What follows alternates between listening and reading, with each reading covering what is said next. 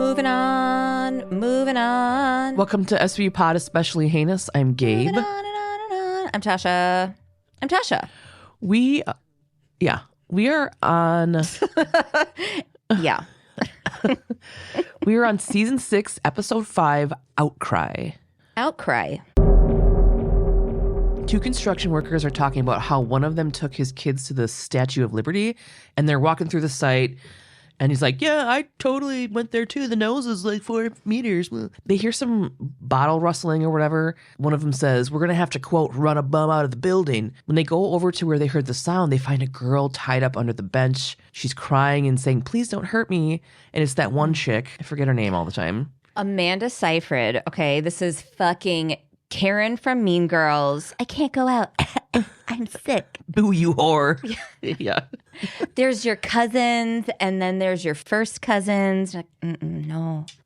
She's a huge A-list actor. She was in Mamma Mia, Lovelace, Les Miserables, Big Love, Jennifer's Body, When You Wish Upon a Pickle, a Sesame Street special. Do you remember? She was Elizabeth Holmes in Dropout. I don't remember Dropout. Remember the fucking fake biomedic company? And she talked like this and... Oh, I didn't actually watch it. Black but turtlenecks. My friend was in that show. She was great in it. She played her therapist. Yeah. We've had this. Oh, yeah. We've had this. Yeah, I haven't seen it yet. I just haven't. It's good. But yeah, she's great. One guy tells the other dude to call for an ambulance, but he kind of hesitates, which is weird. And the other guy's like, dude, what are you fucking waiting for? And the other guy pulls out a paper from his tool belt and shows the other guy, and he recognizes the girl. Good thing he had the fucking exact article in his pocket. Yeah. What? She's been missing since Friday. Her name is Tandy McCain. Cool, bro. Call an ambulance and then we can talk about it.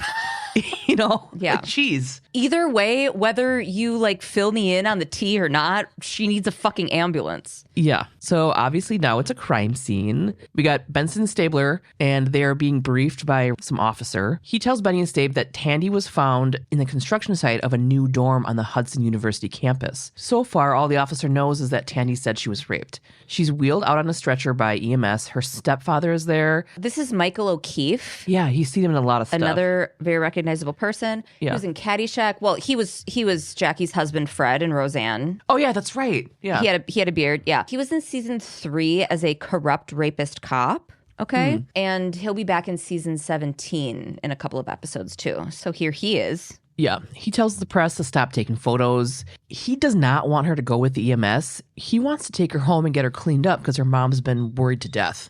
EMS tells him that Tandy needs to be seen by a doctor. Benson explains to stepdad that since Tandy is a minor, she has to be seen by a medical professional because it's part of the social service law. It's part of the law she's making up. Yeah.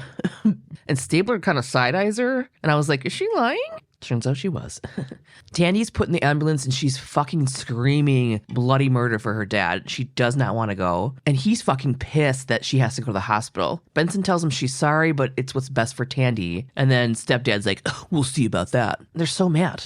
I couldn't figure out why he didn't want her to go to the hospital. I mean, there's a lot of reasons why somebody who's just been traumatized wouldn't want to go to the hospital. I just meant the dad. You'd think that the dad would, but yeah, you're right. Like, he's probably just like, oh my God, she's alive. And there's an element of panic there too, where it's like, I just want to bring her back to the little nest and pack her up. Yeah, and I don't want to be separated from her again, because who knows what will happen, right, you know? Yeah. Like, I don't want her to go to a cold, sterile hospital. I want to bring her home and put her in her comforter and her footy jams and like whatever else makes you feel safe and secure. Yeah. I get that. He wasn't thinking with his logic brain in this moment. So Benson and Stabler are kind of just still hanging out on the scene. Stabler calls out Benson on that whole social service law she fucking pulled out of her ass. And Benson said it so Tandy would get examined instead of going home to wash away any evidence. Stabler tells her she crossed the line. It is so crazy what Stabler thinks is crossing a line when he fucking just exists. Punching people, throwing cups, kicking. He's like, you used your mouth to cross a line. The fucking audacity. Yeah. You kicked a door open and shot someone that was just on the other side without even blinking, dude. There is zero room. He's in a tight little spot because there is no room for him to be fucking talking right now. You crossed a line. She's like, okay. Oh, I did? Did I, Stabler? That's rich. Yeah, that's rich. That's rich. That is buttery, creamy rich. Is this French cuisine? Because this shit is fucking rich. French cuisine is traditionally very rich. Yep. Okay. Yeah. Benson. Benson says Tandy isn't in a state to think for herself. She's too terrified. Stabler comments, so you're going to think for her? And Benson says, what else could I do? Fucking theme song. And bending the law is only okay when Stabler does it, is basically what he's saying. Or he's that fucking ignorant and he's like, this is crazy that you're doing this. And then when you call him out on it, he's like, whoa, I don't think you see the importance of what I'm doing here. Right. Like, this is my ex in a nutshell. Mm-hmm. Cragen shows up at the hospital where everybody's at now. Benny and Stabes are waiting outside and there's tons of press. Cragen wants to know what happened. So Stabler starts filling him in. I like how Stabler like narked her out right away. He's like, Benson said something that wasn't true, Dad. Yes. You know? Stabler immediately spills the tea on Benny and says, well, Benson told Tandy's dad about this fake law requiring that Tandy be seen, but he does try to soften it by being like, hey, we did what we had to do. Mm-hmm. But Cragen's like, well, that's fucking great. Now the dad's telling the press SVU lied to him and deliberately ignored his wishes. Mm-hmm. And dad's also threatening to withhold the rape kit because he's fucking pissed. So now Cragen only wants Stabler to talk to Tandy. Benson has to wait for the mom to get to the hospital so stepdad and Tandy can cool off from the shit that she pulled. Did you have the dad on your radar for most of the episode? For a little bit, but it was so aggressively pointing to him that I was questioning it the whole time. Mm-hmm. I mean, obviously, at first it was like, she can't go to the he was doing everything that a guilty person would be doing, but we found out about it too early. Yeah. But it could have gone any way, though. Like, that could have been the case, and then it could have been like, we're in love, or some shit like that. Yeah, I thought it was going to turn into like a long court thing, and then the mom was going to be all fucked up. Mm-hmm. Later, Stabler talks to Tandy's stepdad in a pitch black hallway with only a sliver of natural light coming through the blinds. I'm getting more and more bothered, this season especially, I don't know why, with how fucking dark it is. I can't adjust my screen enough to be able to see anybody's fucking face. I know, I'm always like pressing the little sun button. I'm just thrown by their lighting choices. It's an interesting lighting choice. Nothing has harsher lighting than a fucking hospital. They're in a hospital. Stabes explains to Ronald, Tandy's stepdad, that the rape kit would help them catch Tandy's rapist and that he's got to let them talk to her. He's like, you want that, right? You want to find the guy. All right, but I'm staying. Great. Yeah, cool. Yeah. Stay. Stabler goes in to talk to Tandy and Ronald goes with him. Tandy tells Stabler that she was going to a bus stop when some men asked her if she wanted to go to a party. She said no. So then they grabbed her and took her to some room. She said it was 2 or 3 of them, but she's not sure. It was dark, almost as dark as this fucking hospital room. So she doesn't know what they looked like, but they had uniforms on. Stabler asked if she was kept in the same room since Friday, and she tells him yes. They told her if she tried to leave, they would kill her. And she was crying and stuff, and then she asked to see her mom. Mm-hmm. In the hallway, Benson is talking to Tandy's mom, Alice, who is very pregnant, and IRL is a soap opera queen. She's just all over the soaps. If you're a soap opera person, she would look very familiar to you. Alice tells Benson that Tandy, who's in high school, was on campus taking an AP class over the summer. On Friday, she let her mom know she was working late at the library. And when Tandy didn't make it home, her stepdad, Ronald, went to campus to look for her around 11:30 p.m. The mom said that she then called the police at 4 a.m. because they weren't back yet. And Benson wants to know why she waited so long. Alice says she waited because Ronald was out looking for Tandy. Duh. Yeah. Alice wants to know why Benson's making things so hard for them and demands to see her daughter. Benny tells her they're just trying to help. Again, we know that they have to ask the tough questions and eliminate suspects, but this shit would be super hard to properly manage your emotions in. You know, like if somebody's asking me things that would even hint at me when I've spent 2 days freaking out about my daughter and I'm pregnant and I haven't slept, just, yeah, I would be a raging bitch. Back at the precinct, the whole team is talking case info. Benny's got updates on the rape kit. It was negative for fluids, but positive for spermicide, so condoms.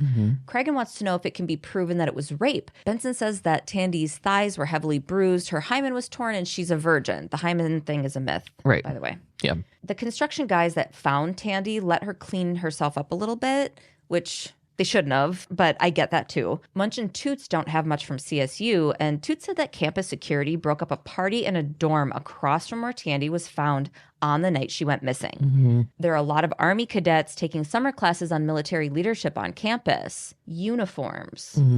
If Tandy was on the way to the bus stop from the library, she would have passed the Rochester dorm where the party was. So Cragen wants them to talk to the dean and everyone that was at the party. Cut to Hudson University. Benny and Stabes are talking to the dean. He will not release any of the names of the Army cadets that were on campus unless there is direct evidence of their involvement. And he thinks Benny and Stabes are just jumping to conclusions. Oh, just because they're military guys, that's a stereotype. That's really weird. Her statement also included dudes in uniform and they were at a party across the street. Like, yeah. Then the dean says that they have their own disciplinary procedures. Fucking eye roll. And if a student committed a crime, it will get handed over to the cops, which is fucking bullshit. Bullshit. We all know that shit. And then Benny says that.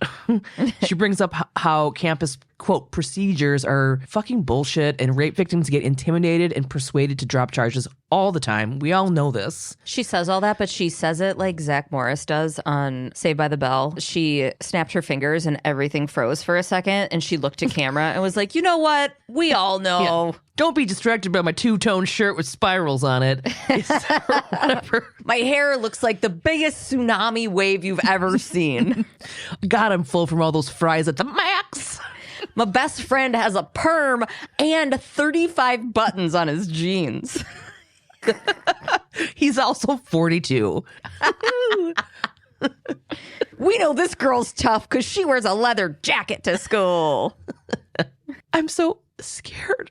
Okay, the dean says he's going to talk to the parents of the cadets or whatever and then ask them to leave the campus. Munch and Toots roll up as Benny and Stabes are walking away from the dean. Toots tells them that a dude that works at campus security used to work for NYPD, and he gave Toots the names of 4 students at that Rochester party that got broken up, and I love that. They're like, man, the dean's a fucking whatever, and Toots is like, oh, this guy doesn't give a shit. Here. Yeah. So they're going to split up and talk to all these dudes. Now we have this like scene where we're jumping back and forth between all these guys. They're just like stopping them wherever they're at, on the street, on the basketball court, to question them a little bit. Just the way they kind of fucking roll up on anybody. Yeah.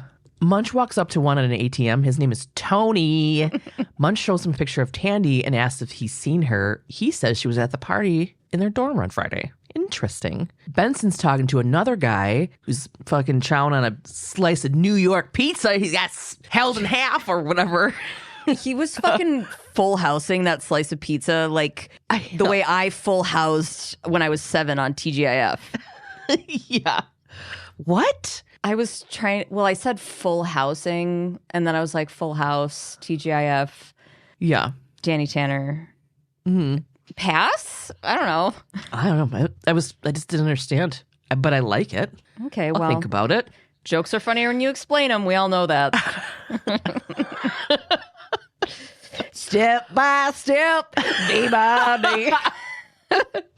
The newspaper day. Okay, go. He says that Tandy had invited herself to the party and that Tandy said she was 21, then changes that comment to, quote, she acted like she was 21. How did she do that? That's what I want to know. Cut to Toots talking to another cadet, Joe. He says that Tandy was drinking, dancing, acting like she was having a good time. He didn't dance with her because he has a girlfriend. Toots asked him if there were any other girls at the party. Cut to Stabler speaking with the 4th cadet. He says there was a couple of other girls at the party, but he doesn't really remember their names. And he's packing up his car. Classic not stopping to talk to detectives. Mm-hmm. He says he didn't see Tandy leave. So then I'm like thinking that maybe it's this guy because you're like, he's packing up. Where's he going? Why? Yeah. Because they found Tandy? You know? Right. Stabler asks why he didn't contact the police and like put everything together when this girl was all over the newspaper and she showed up at their party. Just then, Trevor Langan walks up. He's the cadet's lawyer. Stabler asks him if he wore his cadet uniform at that party Friday night, and Langan tells the cadet, fucking shut up. None of these cadets had more than a few acting credits, but this guy O'Connor, I initially thought was a young Nick Stokes from CSI, actor George Eads. Oh, yeah. So I just sent you a photo of the actor on the screen and fucking CSI dude, Nick Stokes. Oh, God, I just love men. I just love the way they're shaped. Jesus. Just the shoulders and that. But like, neck. am I wrong? No, yeah, he looks like him. Doesn't he look just like him? It really threw me. And at first I was like, I thought he looked like a young Matthew Fox. And then I was looking at Matthew Fox's photos, dude from Lost. And I'm like, no, that's not right. And I could see this dude's face, George Eads. I could see his face. And it took me a long fucking time. And when I figured it out, the celebratory celebration that I celebrated, it was. And then I was mad at you immediately because I'm like, if she says, oh, I didn't notice, or I'm like, I've got to go back and take a picture of this, of the screen. And then I've got to send. Yeah. So glad we got that all tidied up. You precogged being mad at me and you were right. I couldn't let that excitement go unappreciated. I got high off of that shit. Is huffing Google illegal? It's not good for your heart, but the shit I've seen, huffing googs, man. Benson Stabler meet up. They're going to go ask Tandy about why she didn't tell them she was at their party. Pretty interesting, hey? This just like made me go even more into it's the dad. Yeah. So at Tandy's house, the McCain residence, press is insane. They surround Benny and Stabes as they pull up. There's a guy named Jamie that works for the Ledger there. Stabler went to high school with him, and he's like, "Hey, Elliot," and he's like, "Hey, Jamie." He asks Stabler what news he has, and Stabler's like, "Oh, you want to know the news? Go home." They have a repertoire. They're friends. Officers are stationed outside. Shut up. What? You just were like, oh, I'm sorry. I'm sorry. Did I at your joke? Yeah. Yeah. Did I gabe at your joke? Okay, so a bunch of officers are stationed outside the house and let Benny and Stabler up the stairs. Ron, the stepdad, answers the door. Benson asks Tandy if she was at the party. Ron interrupts and says, "Of course she wasn't." I'm like, let her fucking talk, stepdad. You're not even a real dad. Oh, fucking Stabler. I know. Benson tells them that the cadets say that she was there. Tandy says she was not at the party and sticks with her bus stop story, then goes, why is everybody telling lies about me? I wish you'd all just leave me alone, and walks out of the room. Back at the precinct, Cragen's reviewing the case details with the detectives. All 4 cadets say that she was at the party, so Tandy might be lying. Even so, as Benson has to fucking point out, that doesn't mean she deserved to get raped. The crime scene still doesn't really have anything for them. Cragen's getting upset. He has a press conference coming about all this shit, and he needs something to give them. Stabler thinks they can use the press for that, the press for the press. He's gonna meet with Jamie, the journalist, his old buddy that he saw outside at fucking Tandy's house. Cut to Stabes and Jamie sitting at the bar. Jamie's not a cop, so he has a full beer. Stabler with the obvious half. This dude was in 7 Psychopaths, The Dark Knight Rises, Sneaky Pete. He's Jamie Berrigan in this episode, but in season 16 to present, he comes back as defense attorney Mickey D'Angelo. Oh. Stabes asks Jamie why they keep bothering her. Like, what makes Tandy big news when so many people go missing all the time? Jamie's fisting these fucking bar nuts. Get my nuts! He's Uncle Jesseing these nuts. Full House. Cut it out. Leave some nuts for the rest of us.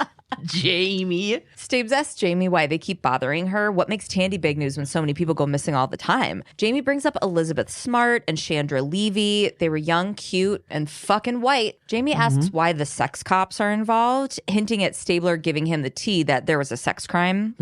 Wonder why you guys were there. And Stabler throughout this whole thing is giving a lot of shrugs and I don't know. Jamie wants Stabler to throw him a fucking bone about what they're looking into so he can help them. Scratch my back, I'll scratch yours. Stabler chooses his words very carefully here and says they're interested in speaking with anyone who was at a party in Rochester dorm on Friday night. Jamie says he hears Tandy was there partying. He heard it from the cadets' lawyers. They go back and forth saying off the record a bunch of times, the same way junior high kids pinky promise each other. Like that's all that is. They're like, off the record, off the record. Okay, well, off the record, Stabler lets Jamie know off the record that you bet they're looking at the cadets for the rape. Back at the precinct, Cragen ambushes Stabes on the elevator. He's pissed about the headline in the New York Ledger. The paper shows 2 of the cadets on the front fucking page with the headline, Student Rape Cadets Questioned. It was written by fucking Jamie. Stabler tells Cragen he didn't give Jamie any of that information. But doesn't matter. Now Tandy's been outed as a rape victim and 2 suspects have been named. Cragen doesn't want Stabler to talk to Jamie anymore so they can contain the damage. As soon as they step off the elevator, Toots comes up. They need to get to Washington Heights. A 911 call came in from one of the cadets' girlfriends. Oof. Swell that beautiful music footage. The music is fucking swelly as shit. Somebody just wrote a funny one on the Facebook. No, somebody messaged us. Hang on. Somebody sent us a message and was like, oh, I thought of a good one. The music is Hudson Uni's corpse mascot just coming out of the river. Absolutely swollen. Who was that? Swamp Gremlin on Instagram. God. Hudson Uni. And it's a lot of Hudson University material in this episode. Oh, perfect. Yep. This shit writes itself, or our listeners write it for us. Yeah. So traffic is at a fucking standstill. Stabler and Toots are running through the traffic. Stabler is sliding over car hoods and shit. One of the cadets is laying in the middle of the street and there's blood and the girlfriend is crying. This girlfriend, she played Birdie, the CO in Orange is the New Black. She's also in How to Get Away with Murder and Django Unchained. Who's she in Django Unchained? She's credited as a house slave. But she does have, the role, you would know her if you saw a picture of her in context of Orange is the New Black. She was one of the COs, little, cute, really stuck to her convictions about stuff. I liked her in that role. Okay. Toots asks her what happened. Joe, that one cadet that said he didn't dance with Tandy because he had a girlfriend. He was on a walk with his girlfriend. People started to yell and call Joe a rapist because of the newspaper. Then a bunch of fucking people chased him into the street and a fucking car hit him. And then the dudes that chased him just disappeared. The girlfriend is so upset and crying and wants to know why the papers printed his picture when he didn't hurt anyone. Ugh. Stabler goes over and checks for a pulse with no glove. I love that Alyssa made that note. Yeah. No glove. And gets Joe's blood on his hands. It's like a metaphor for having Joe's blood on his hands for talking to Jamie. You know, I didn't even catch that really blatant metaphor. I'm really smart. I'm surprised he didn't pause and look through the camera. Looks like I've got Joe's blood on my hands. Yeah. Is that that's Peanuts. Ooh. The lips. Ooh. EMTs come and take over. Joe's pulse is slow, and they need to do a, quote, scoop and run, and I hope he survives. So at the precinct, there's updates on Joe. Stabler's sitting at his desk, forlorn. Cragen comes in and lets everybody know that Joe is unconscious but is stable. Benson tells Cragen to not blame Stabler for what happened. And Cragen's like, I don't, but IAB might. Just then, the chief of detectives, that's so... I was like, there's a chief? Because Cragen is a chief of that... Cragen's the captain. The captain, yeah, okay. I got confused. Just then, the chief of all detectives in the whole world shows up and accuses Stabler of naming suspects to the press. Stabler says he didn't name anyone. They go to Cragen's office. So, the chief, though, chief is a Looney Tunes drawing of a bulldog in a formal cop uniform. He's the sex police softball team mascot. He doesn't even have to wear one of those big heads. He just goes out there and he's like, Dawn! He was in all the heavy-hitting shit of the 70s, including Gunsmoke, The Love Boat, Roots, consistent in the 80s on shit like Golden Girls, Murder, She Wrote, Different Strokes, through the 90s, aughts, teens, and now. He's in 8 episodes of SVU over the years as Chief of Detectives Muldrew. He's the human equivalent of a bulldog. Yeah. Yep. I would let him lay his head on my lap and I would rub his belly. I would carry him up the stairs because his little legs were not able to carry his firm, round body. Stabler says he didn't name anyone. They pop into Cragen's office. Chief of Detectives is like, sure, Jan. It's all a coincidence that the article source was someone close to the investigation. Meaning him, right? Stabler says that they needed a fucking lead. That's why he talked to Jamie. Cragen tells the chief that he let Stabler talk to the press and doesn't believe Stabler gave him any names. The chief says he would dump him back into uniform, but that would look like they were admitting guilt. So they have to back him up. We don't want to make it look like we're admitting guilt, so we're going to support something fucked up instead. Yeah, That's the better idea. Right. Then he tells Stabler he can stay on the case, but he can't have contact with the cadets and can't talk to the press. I feel like for how big of a deal this is, he's just like, you can stay on the case. And I'm like, what? I know. Why aren't you guys like really upset? You just said you make him a fucking beat cop again. But also Cragen believes Stabler that he didn't fuck this up. Stabler's like, I didn't say that. I know, but the fact that the chief is like, if it was up to me, I'd fucking fire you. But I can't. So we have to back you up. Yeah, you can stay on the case, too. He literally got no rep. I mean, he didn't do anything wrong, but still. Yeah, no, I get like it. They're acting like it's just weird. Stabler is pissed and walks through the squad room super quick and angrily, hot, sexily grabs his jacket. Benson's like, wait, what are you doing? Don't beat yourself up over what happened. It's not your fault. Stabler thinks that he helped get Joe in a coma. Benson says the press is calling Tandy a public figure, so she's, quote, fair game. There's nothing Stabler can do about it. And he says, oh, yeah? And then Benson's like, here we go. That's Stabler. Stabler goes down to the fucking newspaper where Jamie works and coincidentally sees him walking right out the door. And he's like, come here, you son of a bitch. He shoves him up against the wall and confronts him about the info in the article. He's like, you almost fucking killed that kid. And Jamie yells, I didn't chase him into traffic. Stabler gets more in his face and says, well, you made sure it happened. Jamie tells him he had a different source from someone who was at the party and his editor put 2 and 2 together. So he didn't say shit that Stabler said. And that it was obvious that Tandy was a rape victim since SVU was on the case. He's like, all you guys had to do was show up and we knew it was a rape. Also, they're having this conversation like, I can't believe you said this shit. Oh, yeah, I actually said this shit, and that's where I got it from. They are having this conversation about this sensitive information on a fairly busy street. It's busy. Yeah, it's fucking New York City. People are shuffling all about, and they're like, I can't believe you told anybody this confidential information. They said this. Well, she was raped. Well, blah, blah, blah. It's the biggest story of the news.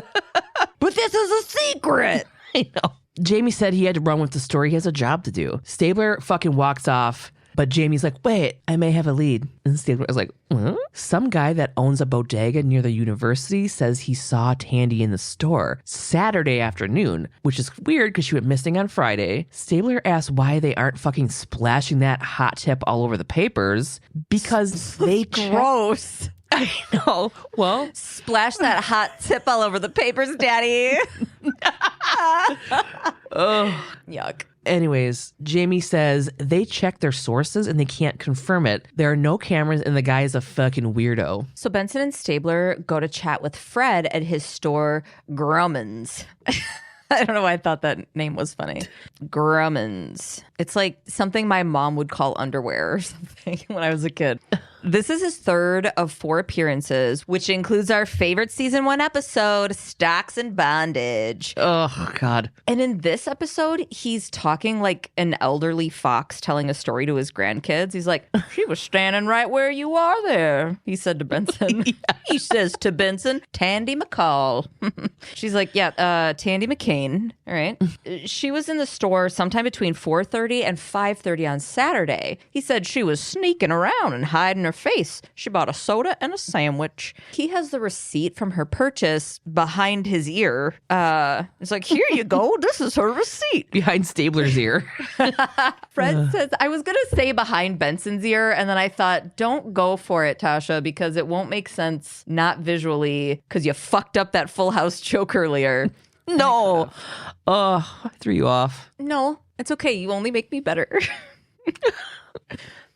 Fred says she seemed to be alone, but was jumpy. And Benson just walks away. Okay, bye. Stabler's like, right, said Fred, you seem like you got it all together. You think you'd recognize her? He's like, well, I absolutely sure would. Stabes pulls a photo out of his wallet and Fred says, "Yep, that's her for sure." Stabler walks out of the store. Benny's out there calling the lab to check on any food wrappers or soda cans or anything that may have been found at the crime scene. She wants to see if she can match them to the receipt. As she gets off the phone, Stabes tells her not to get her hopes up. And Benson goes, "Oh, he didn't recognize Tandy's photo?"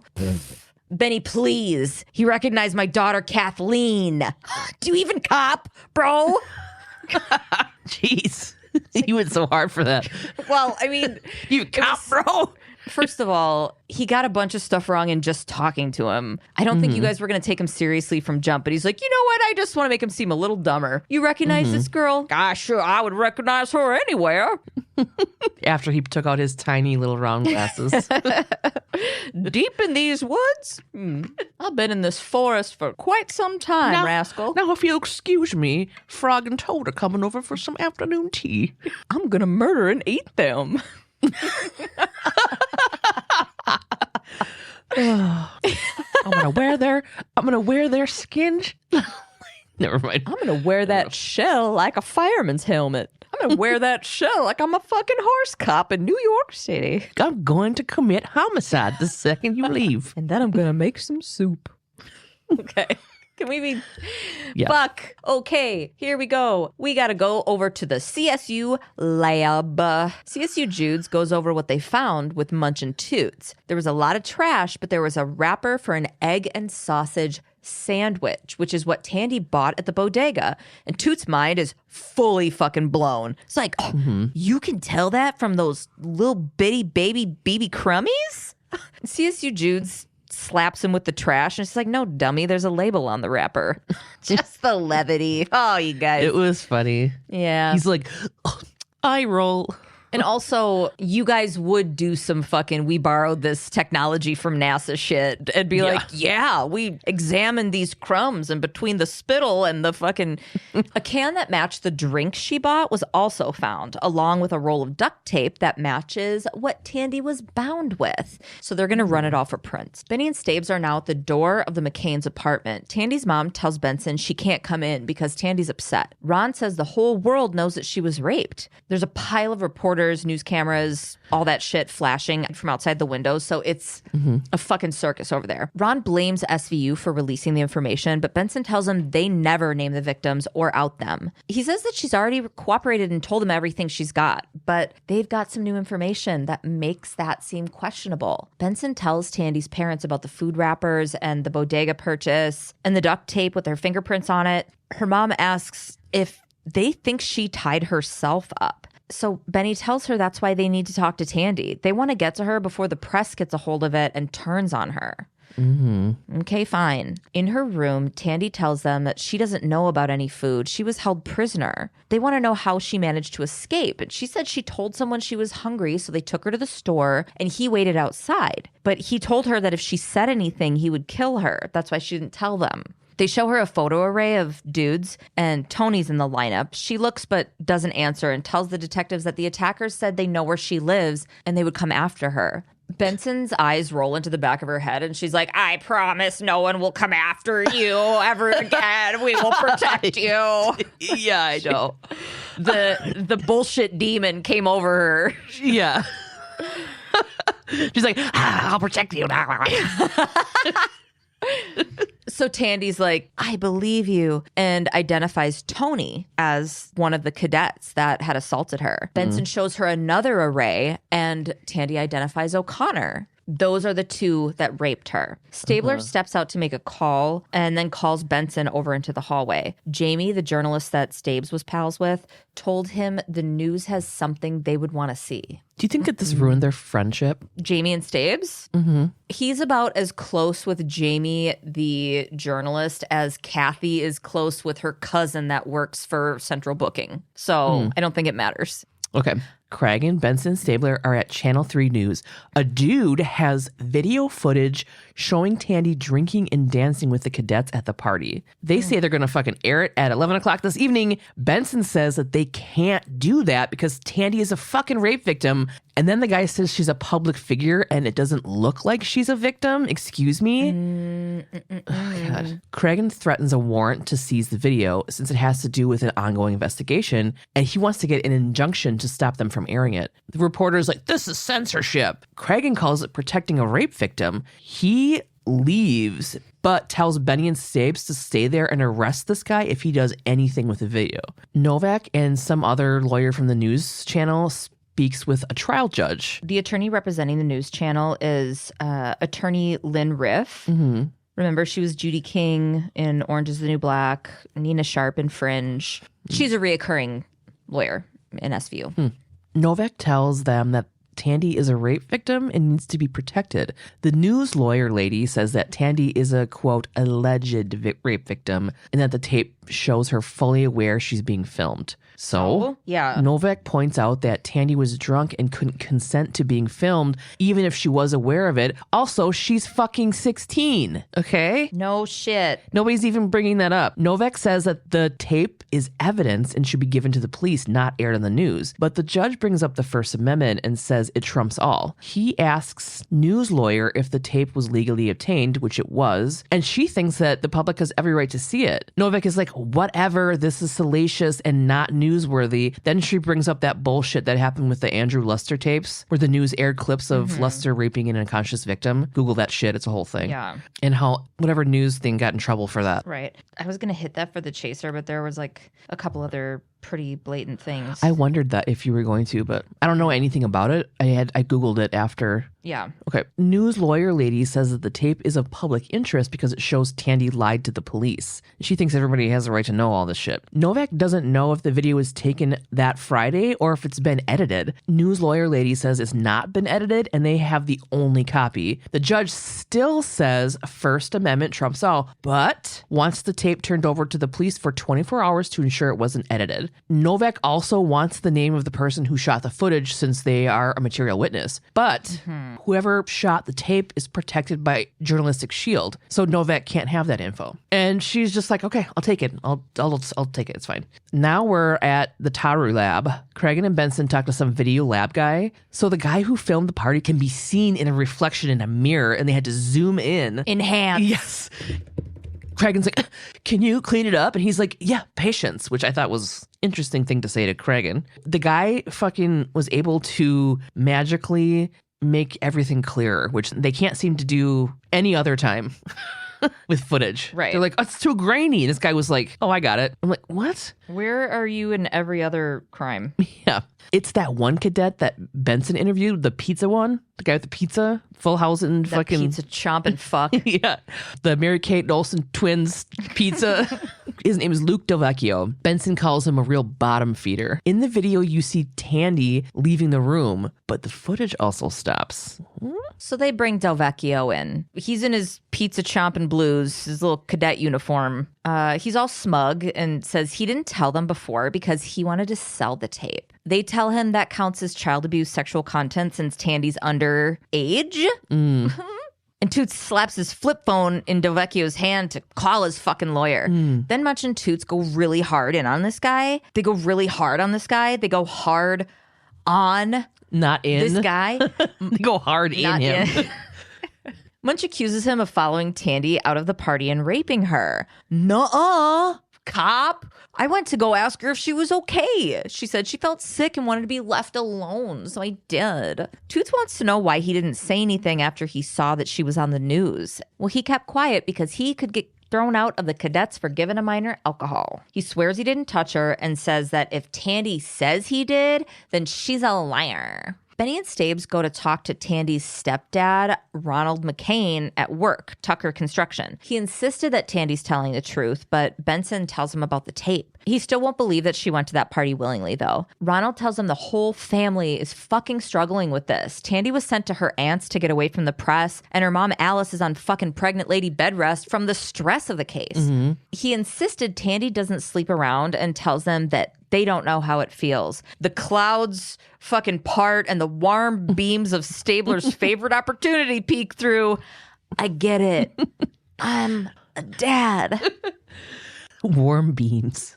Ron brushes it off, which he doesn't know who he's in the presence of, but okay. Stabler then brings up that when false rape allegations are made, it's usually done after a consensual act is confronted by a boyfriend or parent. This pisses Ron the fuck off. And a coworker, who we find out later is Ron's boss, this dude, comes over to ask if things are okay.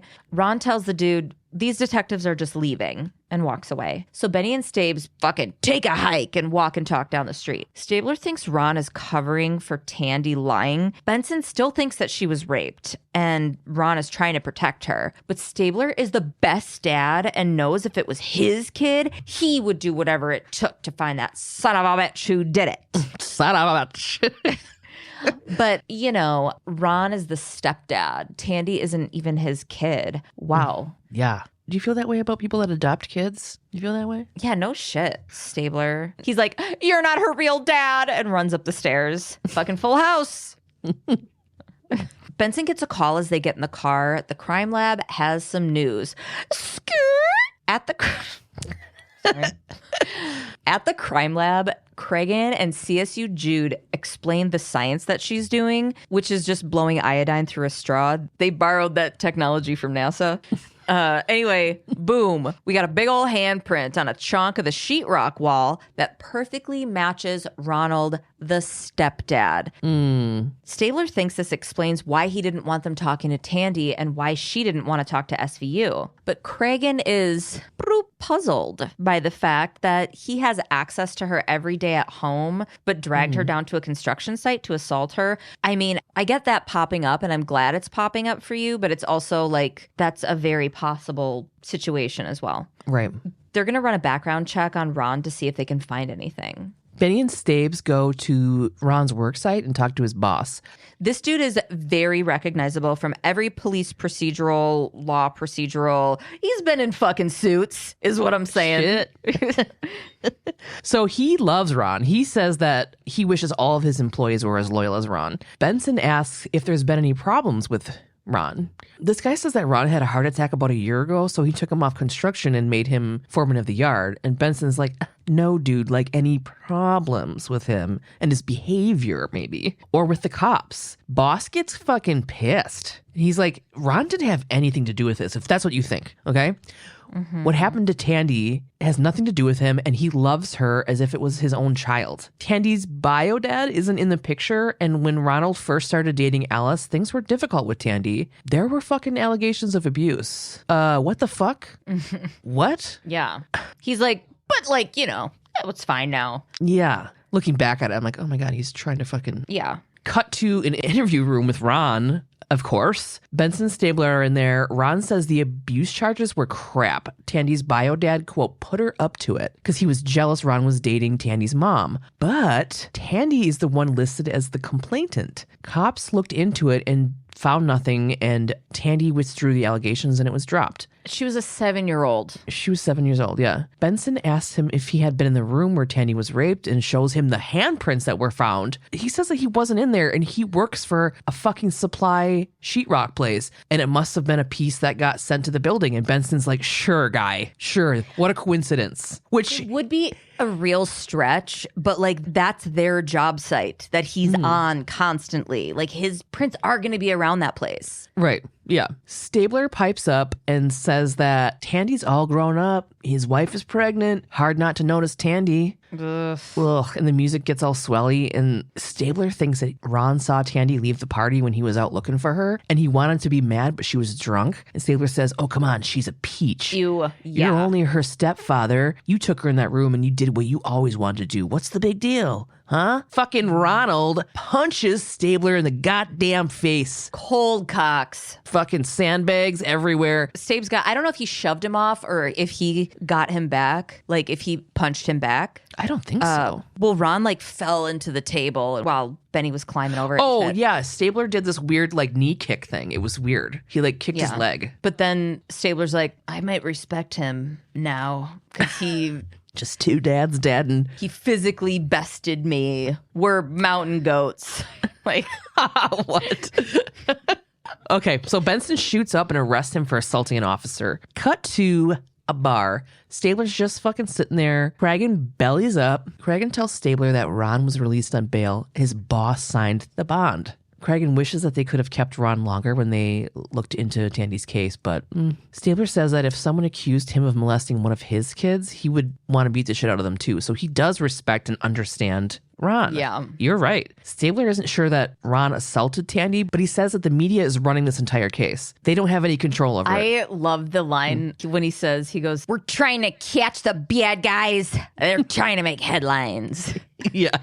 So, yeah, he says that the media is completely running this case and that this is all his fault for talking to his journalist buddy, Jamie. The news station is playing at the bar, and oh my God, you see fucking Tandy being interviewed. Cragen's like, double take. Barkeep, can you turn it up? What?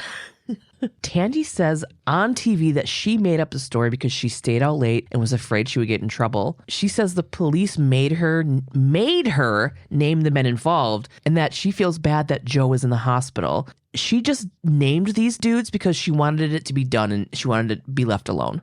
Like when she picked out the pictures. Cragen is pissed and tells Stabler to arrest Tandy for obstructing the case and filing a false report. Stabler isn't sure that's a good idea and he doesn't think it's going to help anything, but Cragen says it's going to stop her lies. Daddy Cragen's fucking pissed. Get out of here. Later, the press surrounds the house as Stabler walks Tandy out in cuffs. Her parents follow her. They're like, no! And Stabler puts her in the back of the squad car. Her parents are like, no! What was that?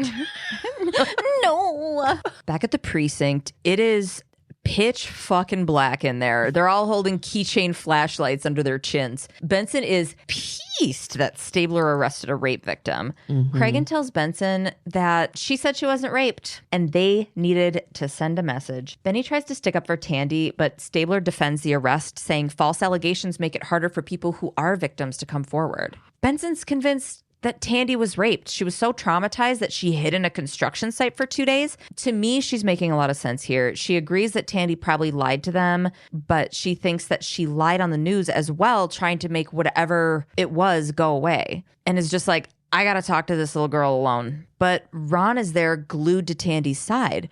So Benson asks Stabler to try and get him out of the room. Stabler goes in because he respects Ron now, okay? And he's like, hey, let's go to the observation area, bud, friend. And he's like, yeah. And then they held hands. And they walked over to the other side of the glass. Tandy's on the other side. She's in the interrogation room pacing around. Just the flicker of Ebenezer Scrooge's candle is on their faces. He's like, here, son, go find me the fattest goose you can find. Stabler's good copping and gently brings up all the lies Tandy told and says, you know, she might be lying now too, Ron. If you don't have anything to hide, dude, you gotta let us talk to Tandy alone. Ron really doesn't want to put her through that again. But Stabler asks if he's afraid Tandy will blow the lid off their happy little family or what. Ronald says it was a fucking happy family. Tandy already had one father fail her. He doesn't want to fail her too. Oh, he's such a good guy. And Stabler's like, we get each other. I'm better, but we get each other for sure. Stabler tells him that the only way he can fail her is by denying the truth. Dude, my guy. Yeah. Well, that worked. Then he brings Tandy to the interview room they use for children. It's full of stuffies and low-to-the-ground tables like a kindergarten classroom. Clearly, the city of New York is experiencing rolling blackouts because it's dark as fuck in there, too. Benson, it was so this might be, maybe sometimes I overlook it, but it was really annoying me for some reason this specific time. I didn't really notice. Oh my God. It's just voices. It's just a black screen and voices the entire time. Benson tells her that she must feel a giant weight lifted off of her shoulders since she went on TV and said the rape didn't happen. Tandy doubles down and states that it didn't happen. She made it up. A lot of victims say that. And then when it gets hard, they say they made it up. But they saw the evidence, the blood, the bruises. Tandy just needs to face it. Then he asks her what she's so scared of. Tandy's getting more and more upset during this time and tries to leave. Benson fucking blocks the door and asks Tandy if she's scared of her stepdad. Tandy's fucking screaming now. And she's like, I'm scared for him. I don't want him to die. Benny thinks she's getting somewhere about her being told that Ron is this bad dude. And she's like, Ron's not going to die. He's just going to go to jail. And this is when Tandy really starts freaking out. She goes, my dad never fucking touched me. I can't tell you who it was. She falls into Benson's arms and says, her dad has a bad heart. The man that hurt her told Tandy that her dad would lose his job if she told anybody. And he would lose his insurance too. Bad heart. Her fucking mom's pregnant. Like, she can't do that. From the other side of the glass, Ronald realizes that the person who fucking raped Tandy was his boss and friend, Mike Tucker. Full bod chills. Yeah, because he was like, oh my God. And fucking Stabler's like, you know who it is. He's like, yeah. Ugh. So they got to bring in Mike Tucker for questioning. Benny and Stabes are in there. Mike Tucker's in there. They're all wearing police-issued coal miner helmets to see in this deep cave of a room that they're fucking in. They're not even on the clock. They're just spelunking at this point. They're like, we're trying to find all the doubloons. Look at these stalactites. Those are bats. They tell him Tandy accused him of multiple rapes committed at the construction site. Well, he denies being on campus. Lie. He called campus security to shut down the cadet party. No, I didn't. Yeah, you did. Campus security reported that you were at your fucking on-site office. Oh, honey. This is the 1-6. They're going to do their due diligence here, so stop lying. Stop lying. He redacts it and says he's sorry. He did call campus security because they have issues with students messing with construction sites. Mike says that he's known Tandy since she was like 8 and loves her like a daughter. It's disgusting that you're accusing me of raping her. And Stablers goes, I'm touched. You still raped her and then threatened to destroy her family if she told anyone. Benson tells Mike, she's fucking terrified of you. And Mike goes, she's terrified of you. I see what's going on here. You guys are trying to make anything stick. First the cadets, then her dad, now me. Who's next? Her fucking mom? At this point, I was like, this is fully you, dude. But he was playing it really well. Novak talks to Tandy with Benson and Ron present. Novak tells Tandy that the defense is going to chop her to pieces. They're going to drudge up all the lies and story changes she's made during the trial. It's going to be tough, and she wants Tandy to be prepared for that. Ronald asks Benson what they should do. Benson tells them it's Tandy's decision. Benson also says that she knows plenty of rape victims that regretted not going to court and none that have regretted going, win or lose. Benson tells Tandy that if she loses, at least she fucking faced her attacker and named him for what he is. So they go to trial. Tandy is cross-examined on the stand. Novak asks her why she lied about being at the party. Tandy says she knew that going to the party would upset her parents and admits to knowing that she falsely named the cadets as her attackers. She hoped that if she named someone that it would all just stop. Novak asks her what actually happened that night. The evening of her attack, she left the party because she was feeling kind of sick. She was walking around and Mr. Tucker saw her and was mad at her for partying. He said that he would show her someplace she could get cleaned up before going home. So he took her to the construction site. Then he told her that she looked sexy and how much she had grown up. Ew. Ugh. And then kissed her. He then raped her even though she begged him to stop. Ew. Ew. Ew. Then he told her if she told anyone, he would fire her dad and that stress would kill him. He raped her again and gave her $20 to take a taxi. Jesus Christ. She hid in that construction room for 2 days because she was ashamed. So Kressler is Tucker's lawyer. He says he has no questions for Tandy because she changes her story so much, so who knows what she'd say this time. Novak is like, oh my God, Your Honor. The judge tells Kressler to chill out. Kressler calls Stabler as his first witness. And they're like, okay. Kressler asked, what? I just like how you're like, Kressler calls Stabler as his first witness, and they're all that one sketch of Pete Davidson. Okay. Oh, yeah. God, that's right.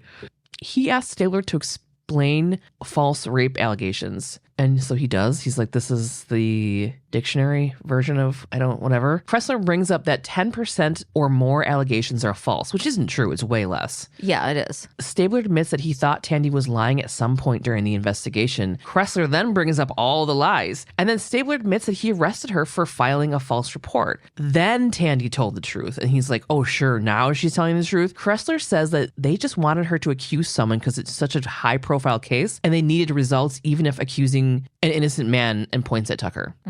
Later, the jury finds Tucker not guilty and he's free to go. Tandy's dad hugs her and the detectives get up and leave. So outside the courthouse, press surrounds Tandy as she's leaving the courtroom. Tandy tells the press that she's going to go to school and get on with her life. They walk over to Benson's stabler. Benson says to Tandy, I'm sorry. Tandy says, don't be. You were right. I don't regret it. As they walk off, the press starts surrounding Mike. And he's like, I'm just a nice guy doing nice guy stuff. I didn't, whatever. And then they walk off. A young woman approaches Tandy to tell her thank you for not being afraid. This young woman is Allison Lewin. She tells Stabler that she wants to report a rape. She looks really familiar. Do you notice her from anything? Yeah, she is Amy in The Walking Dead. That's it. I was like, I know that fucking mouth. I'd know that fucking mouth anywhere. So yeah, this young woman is Allison Lewin. She goes, officer, to Stabler, I want to report a rape. She tells him that it happened 6 months ago, and she says her rapist is Mike Tucker. Detectives look over and see Tucker being interviewed by the press and fucking Toyota. So he's fucked. And because she did that, somebody else came forward, and I have chills right now. Yes. Toyota. Toy fucking Yoda. Toyota. There are a lot of similarities to this story in the episode, but with a lot of creative edits. And this chaser actually comes up way, way later in SVU, but there were a couple things I'll point it out one as we go through, but there's some very prominent themes in it that weren't in the episode. So I'm aware of that. Again, this is my opinion, what can go with it and what doesn't. I just always go back to that email we got that somebody was like, it's your duty to do the correct rip from the headlines. And I was like, sure about that? We've never said that. All right.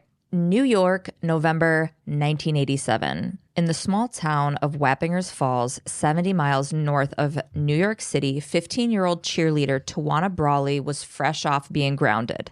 She'd come home at 5 a.m. after attending a party and gotten it bad from her mom and her mom's boyfriend. There were two accounts saying that he was her stepdad or her mom's boyfriend, so either they're long-term partners or they were married. I don't know. Given her freedom back, she decided to cut class and go visit her boyfriend, Todd Buxton, who was serving 6 months in jail, and went with Todd's mom to go see him.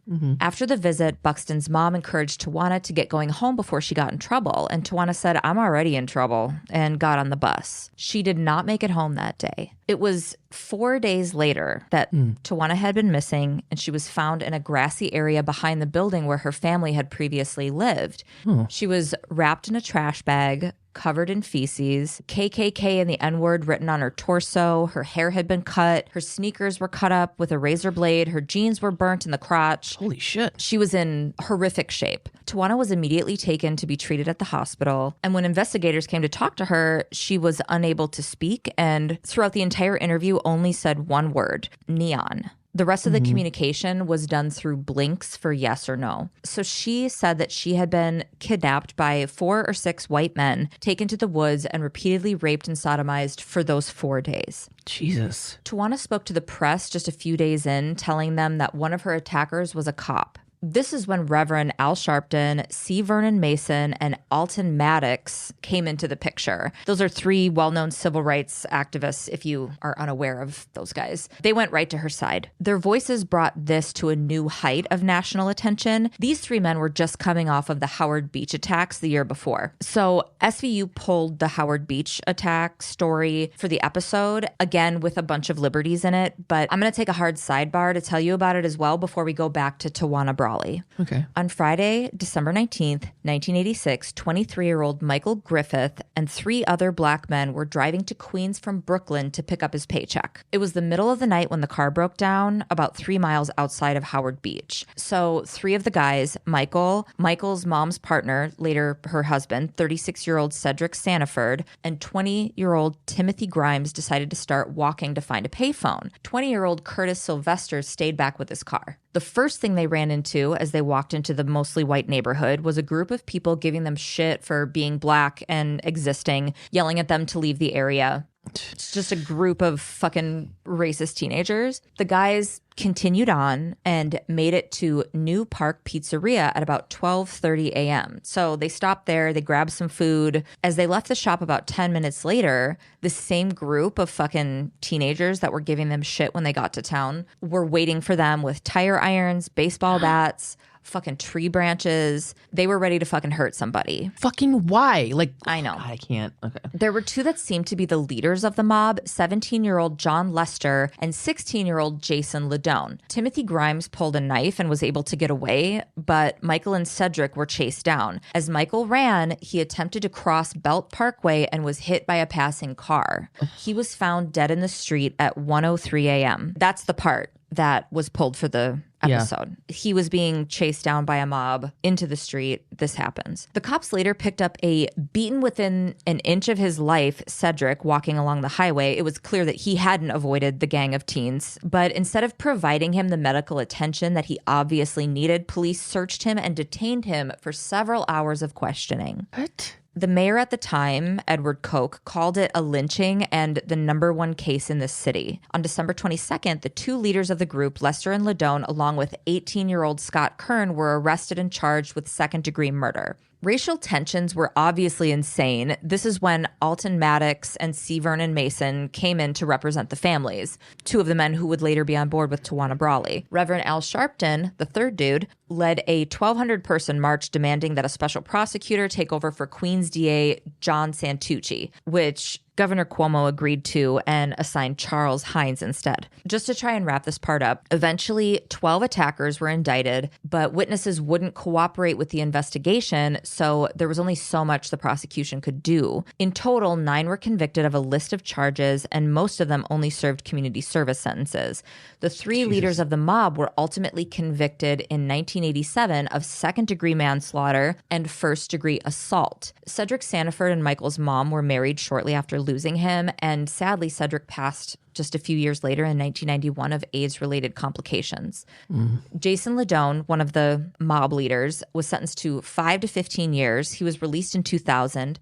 Then 6 years later, he was arrested on drug charges. Scott Kern was sentenced to 6 to 18 years and was released in 2002. John Lester was sentenced to 10 to 30 years, but was released in 2001. He was deported back to England, where he was originally from, and lived a fairly normal life. He went back to school, he got married, he had kids. He often talked about the regret he had for what he had done. Not that gives him great. He was a 17-year-old kid. He claims that he felt really, really terrible about what he had done and what it had led to. He died of a suspected suicide in 2017. So we're on the heels of that. All right. That is the Howard Beach murder. I've never heard of that. I know. So, but like how? Have I never heard of that? I mean, I know. Especially with like Al Sharpton and shit. Those high profile. Yeah. So we're on the heels of that. And these same 3 dudes, Reverend Al Sharpton, C. Vernon Mason, and Alton Maddox, are back as the face of another huge nationwide story, Tawana Brawley. The shit was fucking intense. Throughout the investigation, this being so prevalent in the press, there were a ton of false leads because, just like in the episode, the media was running this shit. A friend claiming to have been with Tawana, who actually wasn't, was a false lead. Others claiming to have information that led nowhere. There was so much leaking happening that investigators even started a false rumor about a 9-fingered man to see how long it would take before the press got a hold of it. 2 days. Jesus. Tawana's representation was demanding a special prosecutor in her case as well. They didn't trust that there wasn't a cover-up happening. And then Officer Harry Christ Jr. died days later of a self-inflicted gunshot wound and was subsequently ID'd by Tawana as one of her attackers. Oh, the cop. Tawana and her representation refused to talk or cooperate with investigators. None of them trusted the special prosecutor that was assigned to the case by the governor. They would communicate through press conference. So in one of these press conferences, Alton Maddox accused Dutchess County Assistant District Attorney Stephen Pagonis as one of Tawana's attackers as well and demanded his arrest. Investigators started to question Tawana's story and the lack of corroborating evidence. Okay, here is some of that. When taken to the hospital, there were no signs of hypothermia. She'd been kept in the woods for 4 days in late November in New York. So it would be safe to say that she would show signs of hypothermia. She had also eaten and recently brushed her teeth when she was brought in. Her pants were burnt, but her body wasn't. Her shoes were cut up, but it had clearly been done when she wasn't wearing them. Also, there were gloves found at the scene of the crime that had been used to cover her in feces. And inside the fingers were burnt cotton fibers. The same fibers were found under Tawana's fingernails, pointing to her being the one to have worn the gloves. The slurs on her body were written in the soot of the cotton fibers and written upside down. So that could indicate that she was the one who had written them. In her rape kit, there was no evidence of sexual assault. Remember, she had said that she was violently raped for 4 days by multiple people. There was just no trauma to her body. Friends from school testified that she had attended a party at the time of her alleged abduction. I mean, this continues to go on. On October 6, 1988, a grand jury released a 170-page report. They had heard from 180 witnesses, saw 250 exhibits, and saw over 6,000 pages of testimony. They ultimately concluded that Tawana Brawley's story was false. She was not abducted, held prisoner, and sexually assaulted over a 4-day period. I'm not ever saying that fabricating a story is okay. Obviously, it's never okay because of the additional hurdles it can create for those, just like they mentioned up top, the episode. It's never okay. But what could possibly drive a 15-year-old to put herself in the situation Tawana was in? Not only does a 15-year-old not understand the gravity of anything, she likely didn't understand the weight this would hold or be prepared for the nationwide attention. And I'm going to agree with a more recent interview with Reverend Al Sharpton. He was asked if he thought any crime had occurred, and he said, quote, "Whatever happened, you're dealing with a minor who was missing for 4 days. So it's clear that something wrong happened." That could mean a lot of things. That's a very broad statement, but think about your childhood when you were 15, fucking around, getting in trouble. This is an extreme that I wouldn't have felt necessary when I was a kid, Like, why did you feel this extreme was necessary? Grand jury testimony tells us that Tawana's mom, Glenda Brawley's punishment for running away had been beating her in the past. To the next level of extreme, her mom's boyfriend, Ralph King, was extremely violent to the point that he had once stabbed his first wife 14 times. Jeez. They had gotten back together and whatever after that. He ultimately ended up shooting and killing her. Oh my God. I don't know how he wasn't in prison at this time. Tawana's mom? No. His first wife. Oh, the first wife. Yeah, okay, yeah. Yeah, before he was with Tawana's mom. Yeah. Tawana had been picked up for shoplifting prior to this incident that's causing all of the... That's what she was in trouble for originally? That's what she had been in trouble for before. And at the police station, Ralph King, her stepdad, attacked her and attempted to beat her before he was restrained. So all of this, there's witnesses to all of this stuff. There were also witnesses testifying to King speaking about Tawana in a sexual manner. Okay.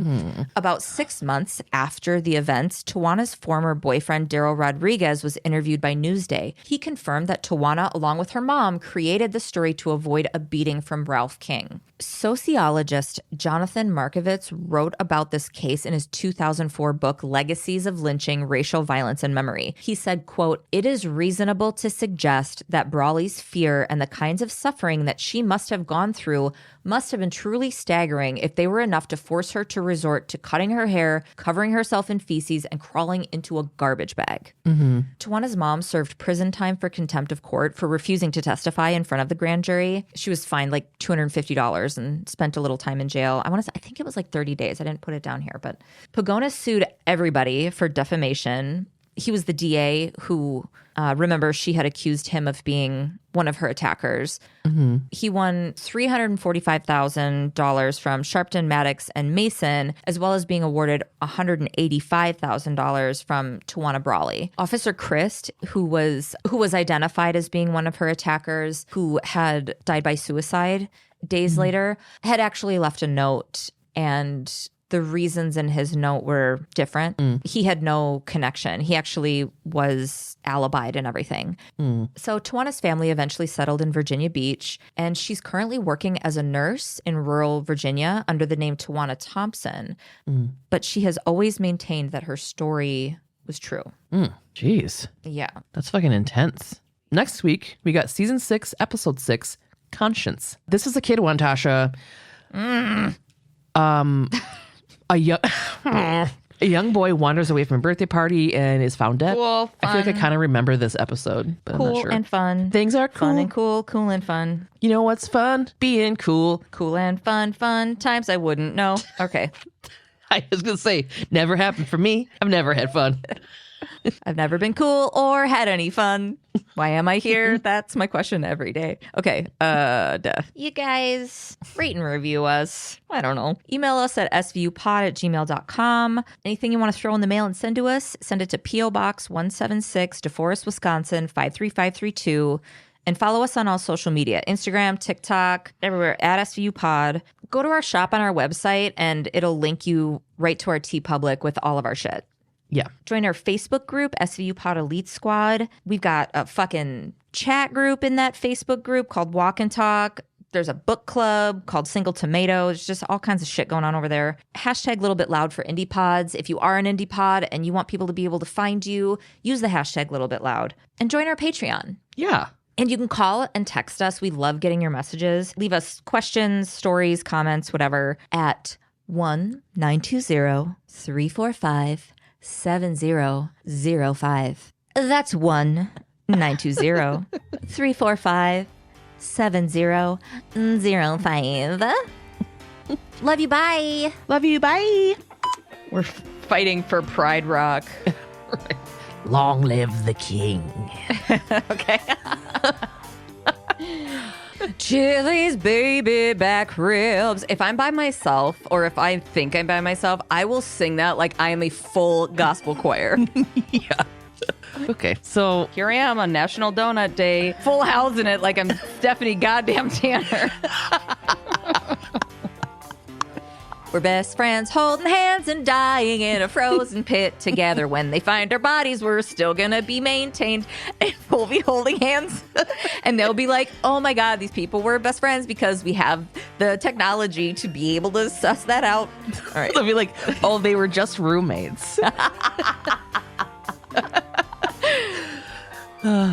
And to our Elite Squad patrons, Sonia W., Marissa M., Elkie H., Annie G., Mary D., Andrew, Rebecca D., Miranda B., Shelby W., Lex, Emily T., Kayla W., Mallory G., Benita R., Marin, Vanessa, Melanie G., Courtney W., Ursula S., Kate H., Ooh, Young, Kayla J., Catherine M., Kate P., Jessica S., Nicole M., Acacia V., Katarina G., Danielle W., Kelsey D., Jana M., Joshua H., Joshua H., Tammy J., Rawr. Crystal, stupid, Lucy M., Trisha S., Sam D., Mac Attack, Casey W., Abby W., Alexis J., Lauren T., Kaylin B., Camille Z., Nisha G., Maggie D., Kay Ellen, Kay Ellen,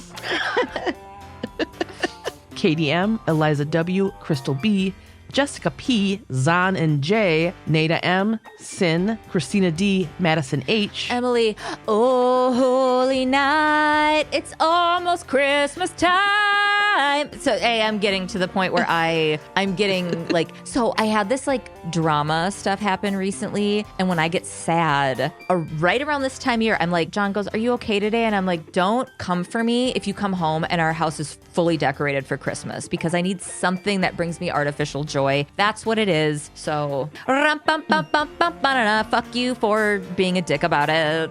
Emily O, Victoria B, Scout G, Melissa M, Desiree D, Drew B, Amberly C. It's crazy. I've seen so many people with the name Amberlee lately. Really? Never heard it ever. Oh. And then her, yeah. Sapphire. Oh, geez, that was loud. It scared me. I always have to turn you up when it gets to. I'm like, oh, there's a pause. It's Gabe saying, so like breathing it.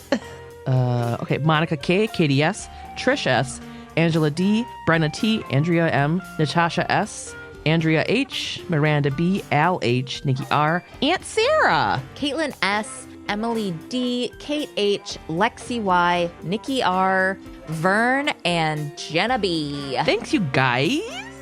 Thank you so much. Thank you so much. You guys are great, and we think you're great.